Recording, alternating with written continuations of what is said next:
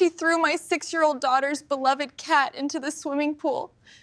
My daughter saw it with her own eyes. Slander. Lies. I love animals. How could I do such a wicked thing? She is inventing stories to defame me. Sit down, Miss Smith. I don't ask you. For Mila Wilson, that house was everything. A fresh start, a peaceful sanctuary for her and her young daughter after a difficult chapter in their lives. The suburban neighborhood was quiet, and even better, her next-door neighbor, Emma Smith, seemed to be a gift, a kindly widow straight out of a fairy tale, always ready with a warm smile and a freshly baked pie. The neighborly relationship seemed perfect. But what happens when that kindness is just a mask and behind it lies a meticulously calculated plot? The first crack in the facade appeared, all because of a few inches of fence. When Mila had the fence rebuilt according to the official property line confirmed by a surveying company, Emma Smith sued her.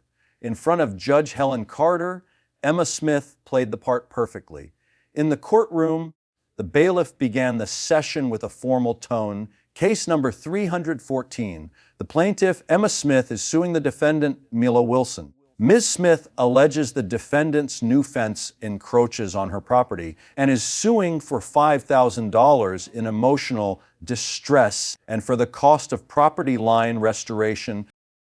Judge Carter looked directly at the plaintiff and asked pointedly, Ms. Smith, you're suing this young woman for $5,000 over a fence. Emma began her performance, her voice trembling. A hand placed on her chest. Your Honor, I didn't want it to come to this. I'm just a lonely widow. All I want is to live out my final years in peace. But she built that new fence, and it cuts right into my little garden.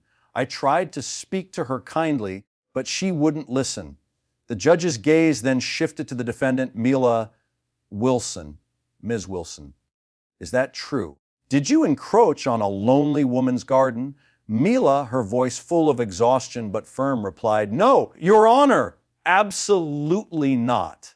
I hired a professional surveying company. That fence is 100% on my property line. This was never about the fence. Then what is this about? The judge asked. And that's when Mila unleashed all of her pent-up frustration. It's about her turning my life into a living nightmare. The fence is just her excuse. She calls the police on me for excessive noise at 10 p.m. when my daughter coughs in her sleep. She has told the entire neighborhood that I'm a drug addict and a degenerate. Hearing this, Emma Smith just shook her head, a look of ultimate sorrow on her face. I would never. How can you say such things? I simply confided in a neighbor that I was feeling stressed by all the noise. Judge Carter was not easily persuaded. She turned to Mila. Ms. Wilson, how many times have the police been to your home?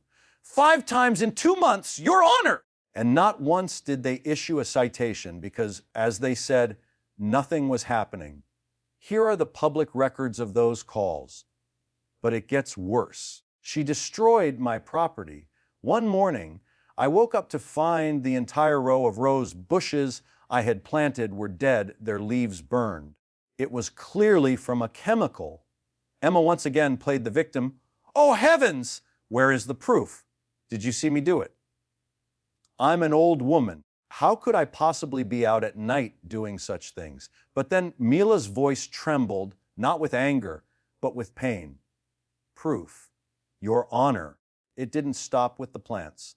That same day, she did something monstrous, something that scarred my daughter for life. A silence fell over the room. What was it? The judge asked.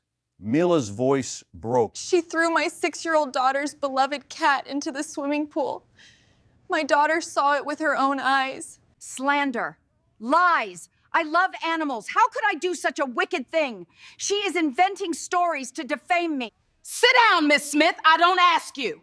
Judge Carter's voice thundered. She turned to Mila. You say your daughter saw this, but she's a 6-year-old child. Do you have any other proof? Did anyone else see this? And that's when Mila presented the letter from a former neighbor who had moved away, disgusted by what they had seen. Judge Carter read a passage from the letter aloud, her voice cold. I saw Mrs. Smith grab the cat sunbathing on the patio, look around, and then toss it directly into the pool. The sound of your little girl's scream still haunts me. My husband and I decided we had to move. We could not raise our children near someone with such a cruel heart. After the letter was read, Mila tearfully spoke of the consequences. My daughter has severe trauma, Your Honor. She's been in psychological therapy for over a year, costing us a fortune. She's afraid of her own home. She's afraid of elderly people. Backed into a corner, Emma Smith made one final desperate move. She yelled, "Wait! Don't think she's a saint. She's a real estate agent herself. Is that true, Ms. Wilson?" The judge asked. Yes, I am, Your Honor. But what does that have to do with anything? Mila replied. Emma seized the opportunity. What does it have to do with it? She repeatedly tried to convince me to sell my home to her for a dirt cheap price. She painted this lovely picture of me being near my family. She was trying to bully me into selling.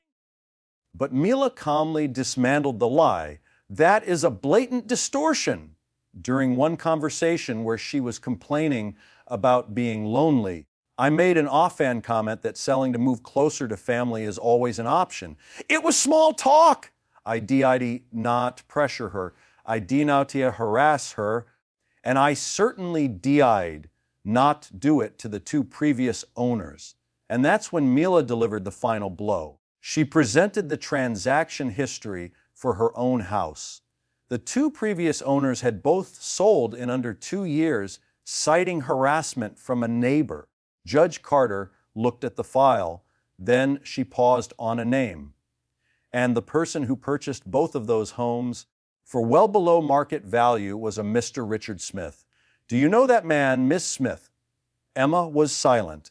Mila continued, That's her son, Your Honor, a real estate developer. All the pieces fit. The plot was exposed. Judge Helen Carter stood up, her eyes no longer that of a judge, but of an enforcer of justice. She looked directly at Emma Smith, Enogh. Teach plywise ovier myzsmidh, you are not a victim. You are a predator.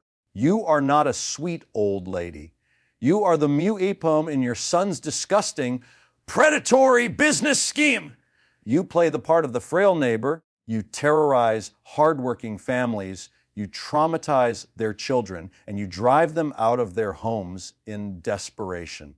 And who is waiting in the wings to profit? Yahweh saw. Who buys the properties for pennies on the dollar and flips them for a massive profit built on the misery you create? Emma could only whisper, No, B-E, Q-I-eat. The judge roared. Your kindness was the bait, and your cruelty was the hook. She picked up her gavel and delivered the sentence. The plaintiff's case is dismissed with prejudice. Furthermore, I am awarding the defendant, Ms. Wilson, a countersuit for $15,000 to cover the cost of therapy for her daughter and for the extreme harassment and emotional distress they have endured. And finally, I am forwarding this entire case file to the district attorney's office for a full criminal investigation into both you and your son, Richard Smith, for fraud and organized conspiracy. Tchas class ADJOURNEND. As she was led away, Emma Smith was still shouting at the cameras, This is an injustice! I'm the victim here! The case was closed, but it leaves behind a chilling reminder that sometimes the most terrifying monster isn't hiding in the shadows, but smiling at us from just across the fence.